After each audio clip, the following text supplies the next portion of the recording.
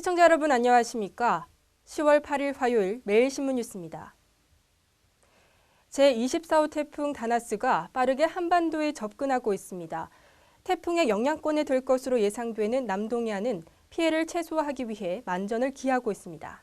태풍 다나스가 우리나라 남동해안으로 북상함에 따라 제주, 경남, 부산, 울산, 경북 등 태풍 진로에 근접한 자치단체들이 잇따라 대책회의를 여는 등 피해 예방에 나섰습니다. 대구시는 기상 상황에 따라 단계별로 비상근무를 하는 한편 인명피해가 우려되는 곳은 사전 점검을 하고 출입을 철저히 통제하기로 했습니다. 경북도도 긴급대책회의를 열고 태풍의 예상 진로와 진행 방향에 따라 단계별로 총력 대응 태세를 확립하기로 했습니다. 그 밖에 태풍 영향권에 있는 지역 역시 비상근무 체제에 들어가 저지대 상습 침수 지역과 붕괴 위험이 높은 절개지, 산사태 위험지구 등에 대한 예찰 활동을 벌일 예정입니다. 포항운하가 53만 포항 시민의 염원을 담아 생명의 물길을 텄습니다. 포항시는 지난 6일 포항운하 건설 현장에서 포항운하 물막이 제거 행사를 가졌습니다. 이날 행사는 다음 달 초 통수식에 앞서 포항운하 물막이 제거를 통해 40여 년 동안 막혔던 현상강물과 동빈 내항의 물이 생명의 물길로 탄생하는 첫 신호탄으로 열렸습니다.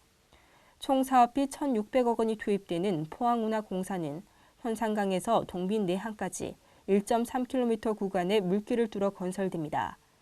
포항운하공사는 현재 공정률 85%를 보이고 있으며 수변 공원 조성과 마무리 공정을 거쳐 내년 1월 초 준공될 예정입니다. 지난달 발생한 대구 가스 폭발 사고와 관련해 관할구청이 해당 업소를 경찰에 고발했습니다. 대구 남구청은 지난달 발생한 주택가 가스 폭발 사고와 관련해 해당 사고 업체를 액화 석유가스 안전관리 사업법 위반 혐의로 경찰에 고발했다고 밝혔습니다. 남구청은 해당 업체가 LP가스 영업 허가를 받지 않는 장소에 가스 운반 차량을 세워둔 점과 빈 가스 용기들을 보관한 점 등을 들어 이같이 조치했습니다. 남구청은 추후 한국가스안전공사의 조사 결과에 따라 해당 업체에 대해 행정처분을 내릴 예정입니다. 한편 지난달 23일 밤 대구 대명동 한 가스배달업체 사무실에서 난 폭발 사고로 순찰 중이던 경찰관 2명이 숨지고 주민 등 13명이 다쳤습니다. 도시근로자의 주택구입 부담이 올해 2분기 사상 최저 수준을 기록한 것으로 나타났습니다. 한국주택금융공사는 올해 2분기 말 기준 주택구입 부담 지수가 1년 전보다 9포인트 하락한 61.1로 조사가 시작된 2004년 이후 가장 낮은 수준을 기록했다고 밝혔습니다.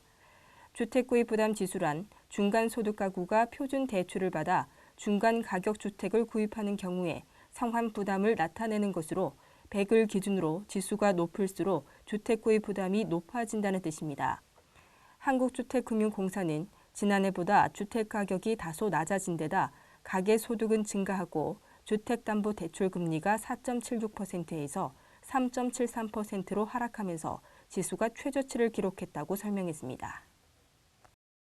지난 22일 막을 내린 이스탄불 경주 세계문화엑스포의 성과 보고회가 어제 열렸습니다. 이스탄불 경주 세계문화엑스포 성과 보고회가 7일 오후 서울 롯데호텔에서 열렸습니다. 이번 보고회에는 엑스포 조직위원회 사무총장의 행사 계획과 성과에 대한 보고에 이어 하이라이트 영상 상영, 경주에서 이스탄불까지 대장정을 이룬 실크로드 탐험대 현장 사진들이 전시됐습니다.